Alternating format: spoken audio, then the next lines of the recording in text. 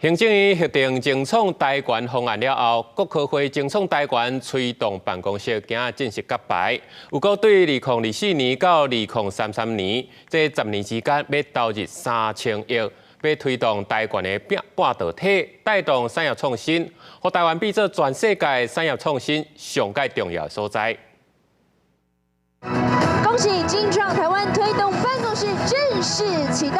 4月了后，光点开始运转。在行政院核定精创台湾方案了后，国科会精创台湾推动办公室正式揭牌。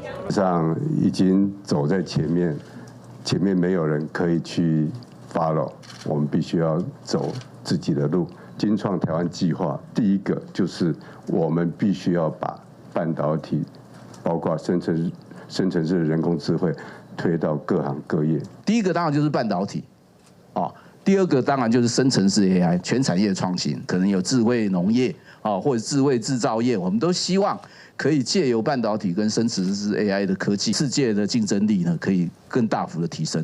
精创台湾布局的面向，包括和形成式 AI 甲晶片结合，加速产业创新的需求，人才培育，也有吸引国际新创甲投资。所以精创联名后续的4个委员会，分做产业创新应用、新创培育、IC 设计服务，也有人才培育的方向来进行。整体规划按算在2024年到2033年，10年投入3000亿。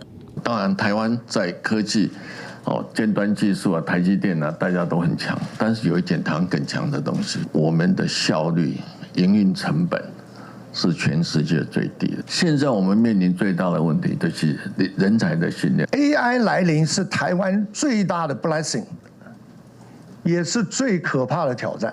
我们有意志整合，我们有封装测试，我们有设计，太珍贵了。